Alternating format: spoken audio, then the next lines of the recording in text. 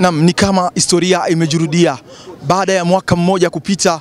Katika mwezi mtukufu wa Ramadhani mwaka jana, tukiwa airport Melchior Ndadaye, tulimpokea Bwana Nishimwe Idrisa akitokea katika nchi ya Tanzania katika mashindano makubwa ambayo yanaandaliwa na taasisi ya Al-Hikma Foundation, mashindano ambayo aliweza kuchukua nafasi ya 5 na kutupandisha wananchi wa Burundi na kuipandisha jamii ya Kiislamu nafasi ambayo ni kubwa katika mashindano makubwa ambayo yanafanyika katika nchi ya Tanzania.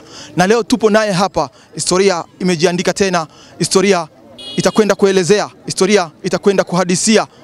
Leo tunamhoji kama mshindi wa kwanza kutoka katika mashindano makubwa ambayo yanaandaliwa na taasisi au shirika la Frères et Sœurs pamoja na Kiswahili Haraka, huku wakiwa na wadhamini wakuu Agence Kariakoo pamoja na taasisi pendwa ya Al-Hikma Foundation. Naam, salamu alaykum wa rahmatullahi wa barakatuh. Wa alaykum assalam wa rahmatullahi wa barakatuh.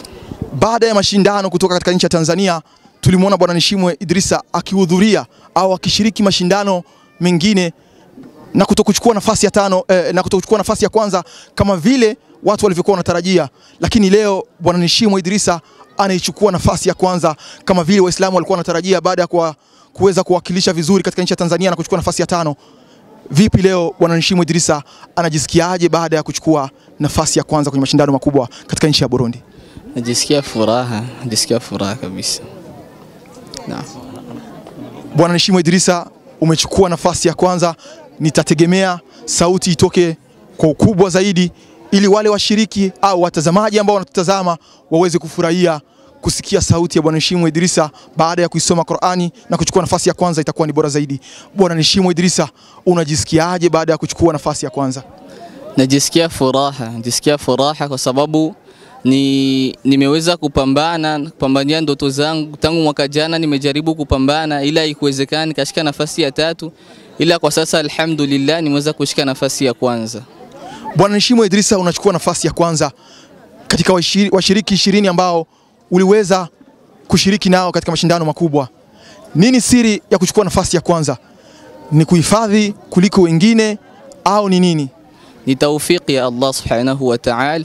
Huwa anakuwa ameshamuandaa, anamjua yeye mshindi ambaye anaweza kushinda mashindano hayo. Lakini washiriki wote 20 ambao tumeshiriki nao wote walikuwa ni wazuri na wamesoma vizuri, na alhamdulillah wote ni washindi. Unazungumziaje nafasi yako ya kwanza? Unaipeleka kwa nani baada ya kuchukua nafasi ya kwanza hii?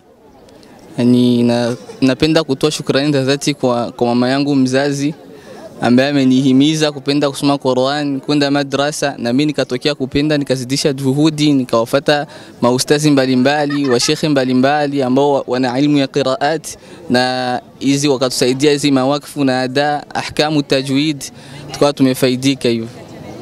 Naam, si tuseme tu hongera sana kwa kuchukua nafasi ya kwanza. Na imani mwaka kesho wewe hutoshiriki mashindano haya. Ni matarajio yetu kukuona pia kwenye mashindano makubwa ambayo utaiwakilisha tena Burundi kwa mara nyingine inshallah, kwa huruma yake Mwenyezi Mungu.